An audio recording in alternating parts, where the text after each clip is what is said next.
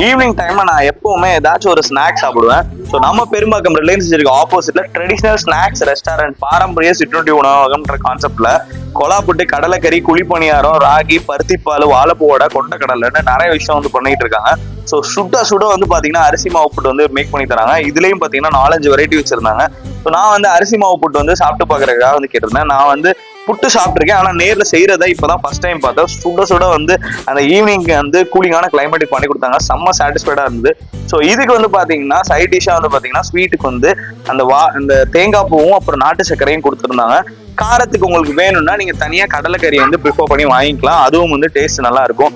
இந்த காலத்துல பாத்தீங்கன்னா ஸ்நாக்னால ஃபுல்லா வந்து எல்லாரும் ஜங்க் ஃபுட் தான் ப்ரிஃபர் பண்றாங்க. அந்த காலகட்டத்துல இந்த மாதிரி பாரம்பரிய உணவகம்லாம் வந்து நல்லா வந்து ட்ரெண்ட் ஆகிட்டு இருக்கு. ஸோ இந்த விஷயம் பாத்தீங்கன்னா ட்ரெடிஷ்னலாவும் இருக்கும், நம்ம உடம்புக்கும் வந்து பாத்தீங்கன்னா ரொம்ப நல்லதா இருக்கும். ஸோ இந்த மாதிரி ஸ்நாக்ஸையும் நீங்க ட்ரை பண்ணி பாருங்க. நான் ட்ரை பண்ணி பார்த்திருந்தேன். ஸ்நாக்ஸோ டேஸ்ட் பக்கா.